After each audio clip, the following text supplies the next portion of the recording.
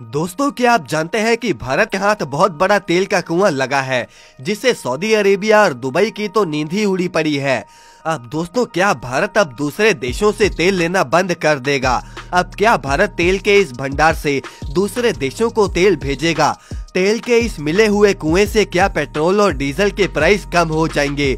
चलिए आज इसी मुद्दे पर चर्चा करते हैं और साथ ही में हम आपको ये भी बताएंगे कि आखिर भारत अपनी जमीन से पहले तेल क्यों नहीं निकालता था, जबकि भारत की जमीन के नीचे इतना तेल मौजूद भी था। दरअसल दोस्तों, भारत किसी के सामने झुकना बिल्कुल पसंद नहीं करता। दुबई, सऊदी जैसे देशों से तेल मंगवाने पर भारत के तेल का प्राइस आसमान की ऊंचाइयों को छू रहा था। पेट्रोल डीजल के बिना तो आजकल हमारी जिंदगी चल ही नहीं सकती और इसीलिए तेल का प्राइस भी बढ़ता चला जा रहा है। लेकिन दोस्तों, अब ये प्रॉब्लम खत्म हो जाएगी क्योंकि भारत में तेल का कुआं मिल चुका है।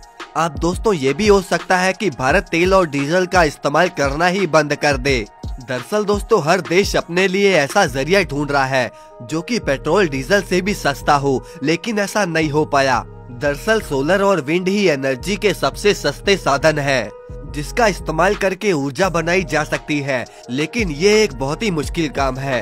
अब न्यूक्लियर एनर्जी का भी इस्तेमाल किया जा सकता है, लेकिन ये काफी खतरनाक है और इसीलिए सभी देश इससे दूरी रहते हैं।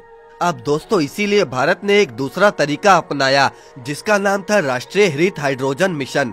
इस पर सरकार ने 20,000 करोड़ रुपए खर्च किए हैं ताकि हम अपने ही देश में ग्रीन हाइड्रोजन बनाकर पेट्रोल और डीजल से मुक्ति पा सकें। अब दोस्तों, आखिर इस मिशन से क्या फायदा होगा?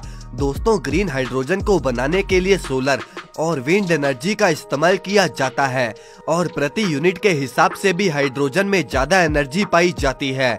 ये शुद्ध हाइड्रोजन पानी का एक अच्छा स्रोत है और इसकी यही खासियत इसे स्टील उत्पादन और ट्रांसपोर्ट फर्टिलाइजर उद्योगों में लाभकारी साबित करती है। भारत के अलावा और भी कई ऐसे देश हैं जो कि आज ग्रीन हाइड्रोजन का सहारा ले रहे हैं ताकि CO2 जैसी हानिकारक गैस से छुटकारा मिल सके।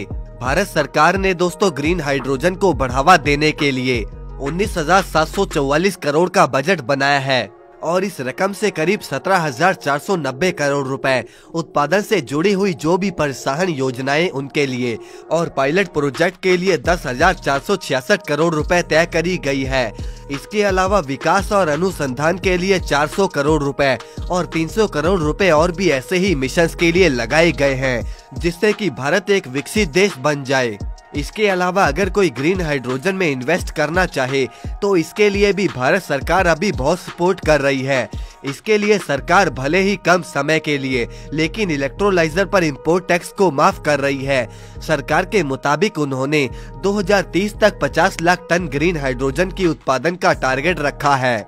इसके अलावा 19,744 करोड़ रुपयों को तो ग्रांट भी मिल गई है ताकि प्रोजेक्ट में कोई रुकावट न आए।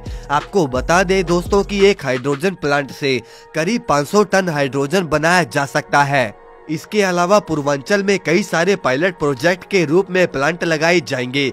यहाँ के किसान खेती में बचे अवशेषों से बड़ी मात्रा में हाइड्रोजन बना सकते हैं।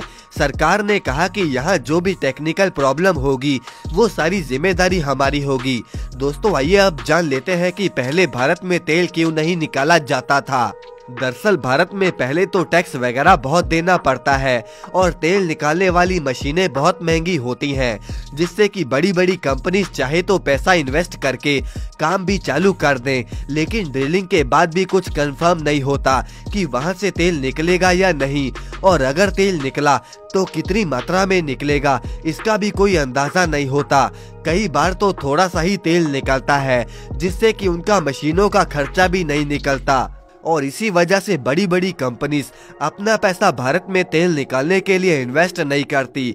तो दोस्तों, ये थी हमारी आज की वीडियो। आप अपने विचार हमें कमेंट में जरूर बताएं और इस वीडियो को लाइक करके चैनल को सब्सक्राइब जरूर कर दें।